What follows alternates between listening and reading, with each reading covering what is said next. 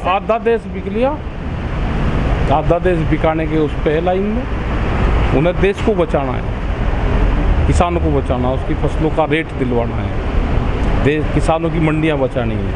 ये सारे इशू है हमारे। जो एक आवाज़ उठा सकता था किसानों की, वो बीच से जाता है तो उसकी नुकसान होता है।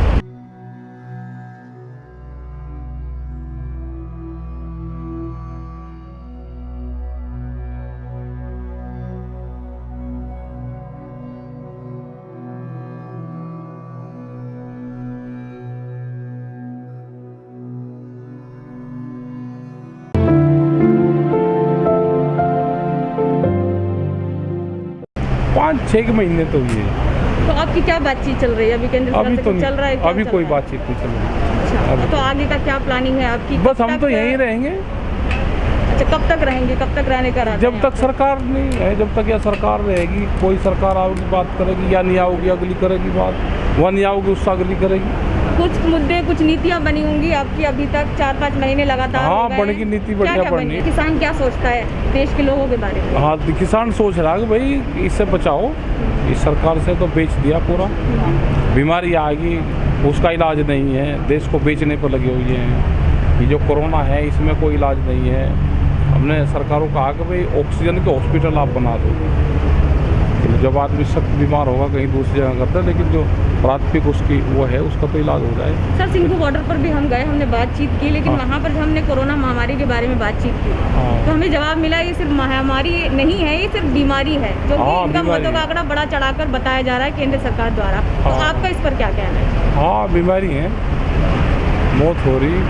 किस तरह से रोक लगाई जा सकती है इस बीमारी पर? क्या करना चाहिए सरकार को? सरकार को ये चाहिए कि जो बिल्डिंगें खाली पड़ी है उसका हॉस्पिटल में तब्दील करें, डॉक्टर हमारे पास में उनको दवाइयाँ दें, ऑक्सीजन की व्यवस्था करें, तो बहुत लोगों की जान बच सकती है।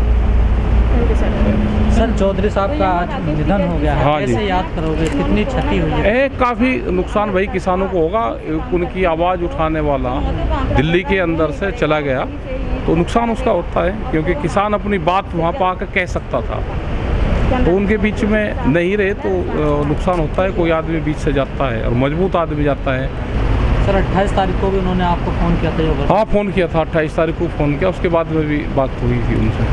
कमी है किसानों का, और जो लोग गांव में लोग रहते हैं, जो भूमिहीन किसान हैं, जो मजदूर हैं, गांव की पृष्ठभूमि में रहते हैं, तो उनको नुकसान है कि इस तरह के लोग अगर बीच से जाएंगे तो एक जो स्थान होता है वो खाली होता है और उससे नुकसान होता है, और इस तरह का स्थान भरने में बहुत टाइम लगता है, क्योंकि उस विचारधारा के लोग चाहिए जो एक बेबाकी से अपनी बात कह सके। वे बहुत ही कम लोग बचते हैं। सर, आपने तो उनके साथ समय बिताया, कोई यादगार पल ऐसा रहा हो?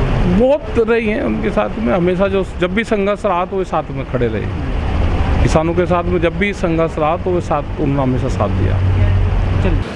किसानों की लड़ाई में हमेशा शामिल रहे, किसानों के दुख दर्द के लिए लड़ते रहे। आज वो हमारे बीच में नहीं, और ये और भी ज़्यादा दुखद है कि जो लड़ाई हमारी चली हुई है किसानों की, ऐसे में हमें बीच में छोड़कर वो गए हैं।